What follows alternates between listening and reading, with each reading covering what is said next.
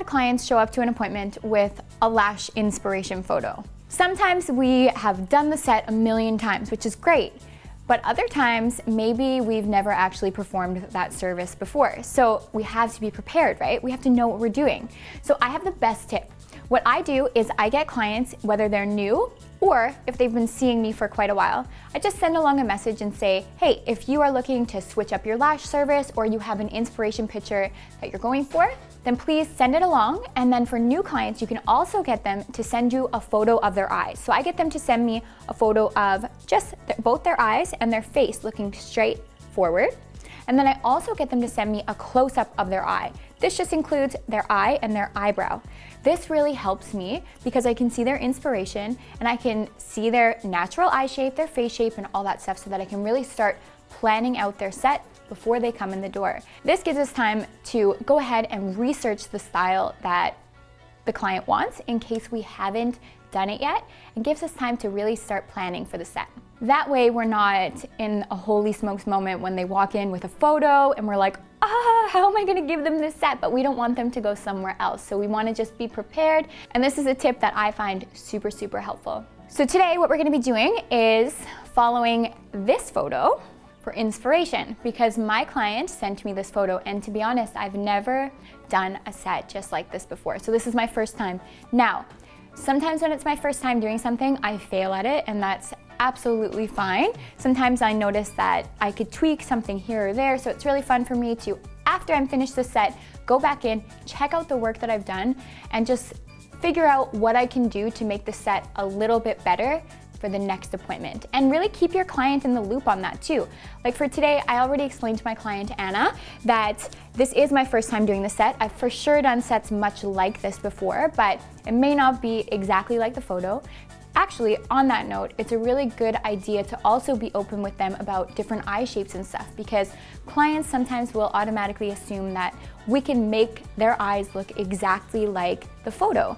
But really, we have to take their eye shape into consideration, their lash health, the number of lashes that they have, and the curl of their natural lashes and the strength of them as well. So all of these things come into play, so we have to be super open with them and let them know, hey, it's gonna look a little bit unique for you, but I'll do my absolute best to make it perfect for you. And later you can keep them in the loop as well. So when you're doing your assessment after completing your set, you can have them look in the mirror with you and be like, oh, next time I wanna tweak this here. I wanna take the lengths up here. I wanna take them down here. Or I wanna switch up the curl or whatever.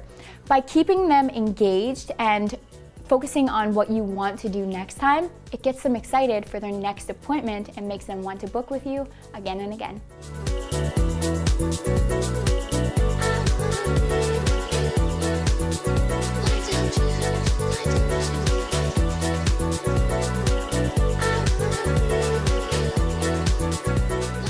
When I'm doing this kind of a set, I really want to focus on the emphasis area first and applying the spikes first, because if I don't apply the spikes first, then I may run out of room once I've created the base and not be able to give an even effect on either eye. So we need to know that we have the lashes in order to make the spikes even on both sides.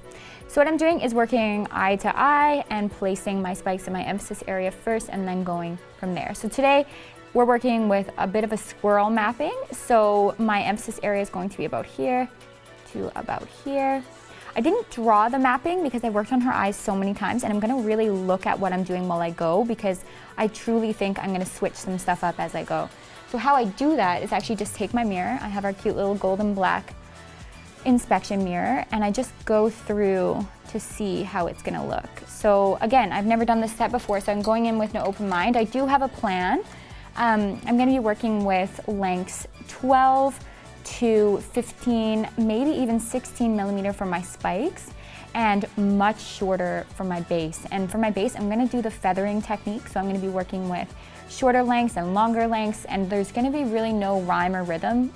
It's really hard to do that in the beginning if you have like Russian volume training or something, because in volume training, we learn not to jump lengths all over the place. We like nice, even transitions, but this really defies the rules of Russian volume. So we're gonna play around with that. I always struggle with that. I always want to have that nice seamless transition, but I'm gonna try to break away from that today and do something a little bit different. So step one, apply the spikes while balancing the eyes.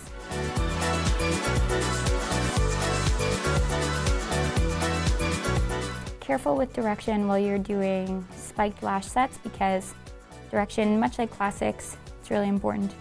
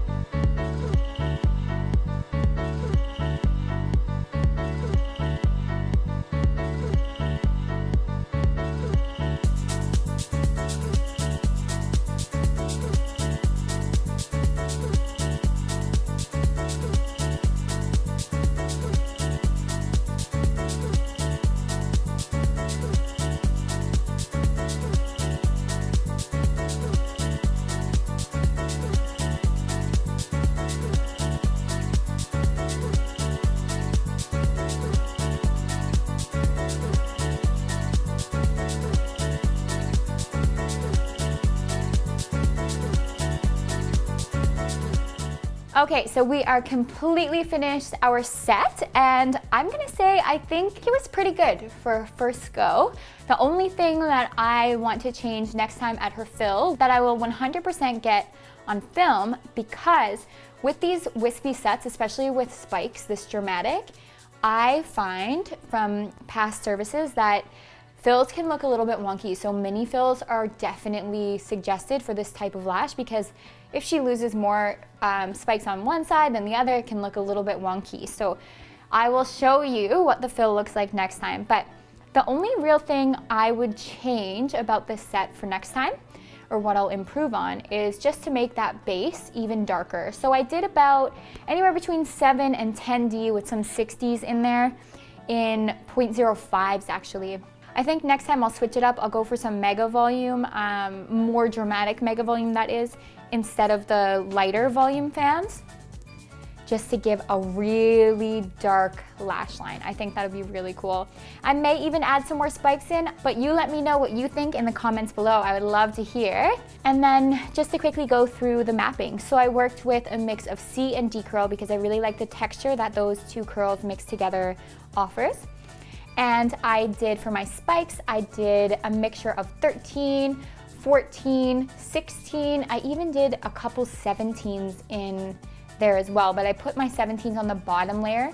Actually, it's a good thing to talk about. I didn't really focus on layers as much for this set because I really wanted that stair-like effect, lots of texture, kind of messy look. So yeah, I mixed lots of lengths. So even on the inner corners for my spikes, I worked with 10 and 12 and 13s. And really just had fun with it. Again, not focusing on layers at all, just making sure that I balance the eyes out. And then for the base, I really worked with a mix of 7 to 13 millimeters. I didn't go any higher than 13, and I only used them in this area right here for that squirrel effect.